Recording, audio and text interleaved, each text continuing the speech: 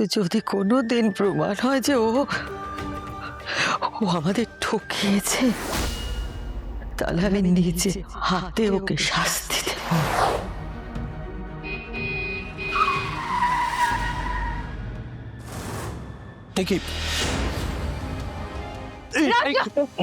আরে রাজনন্দিনী, তুমি এসেছো? আছো? বাইরে কি করে এলো? গাড়ির সামনে অ্যাক্সিডেন্ট হবে তো। তোমার কি আদৌ কোনো চিন্তা আছে? চিন্তা আছে আমার মেয়েটার জন্য? কোথায় চলে গেছিলে তুমি? হ্যাঁ, বারবার তোমাকে আমি বলছি আমার মেয়েটার কাছে একটু থাকো, একটু সময় দাও। আর তুমি? মা প্লিজ দাঁড়াও।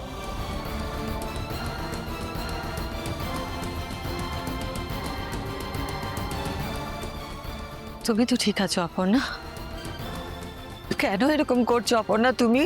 হ্যাঁ, যাতে আর্যকে ঝামেলার মধ্যে পড়তে হয়। মা, আপনি আমাকে আমার মেয়েটার হাতে কিন্তু আর খুব বেশি সময় নেই অপর্ণা। কটা দিনই তো বাঁচবে। আমার মেয়েটা সারা জীবন কোনো শান্তি পায়নি। যাবার সময় ওকে শান্তিটা দাও।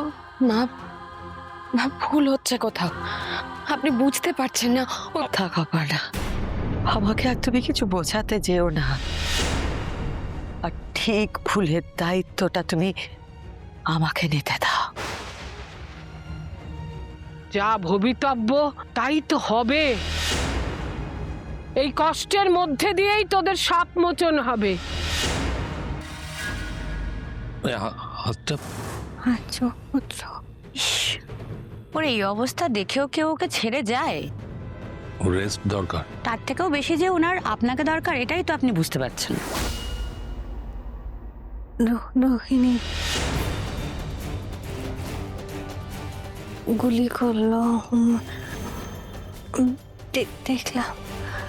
বাঁচতে চেয়েছে না, বাঁচতে পার শেষ, সব শেষ।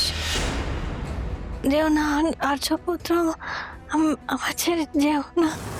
আর তুমি ওর সঙ্গে একটু কথা বলো, ওর মাথায় একটু হাত বুলিয়ে দাও, ওর পেটে একটু শান্তি পাক। রোহিণী, হঠাৎ করে রোহিণীর কথা বলছেন কেন উনি? উনি যদি রোহিণীর কথা জানতেনই তাহলে আমার মধ্যে এসে কেন বলতেন? উনি জানেন না?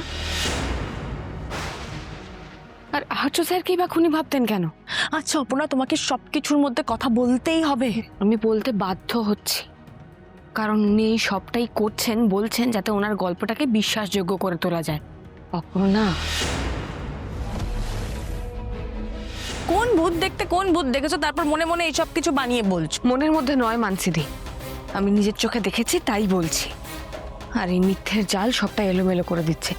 আর আপনারা মা, অপর্ণা তুমি যেটা বলছো আমি সেটা বুঝতে পারছি, কিন্তু এই মুখ এই বাড়ির সব কিছুর সাথে জড়িয়ে আছে অপর্ণা, সব কিছুর সাথে।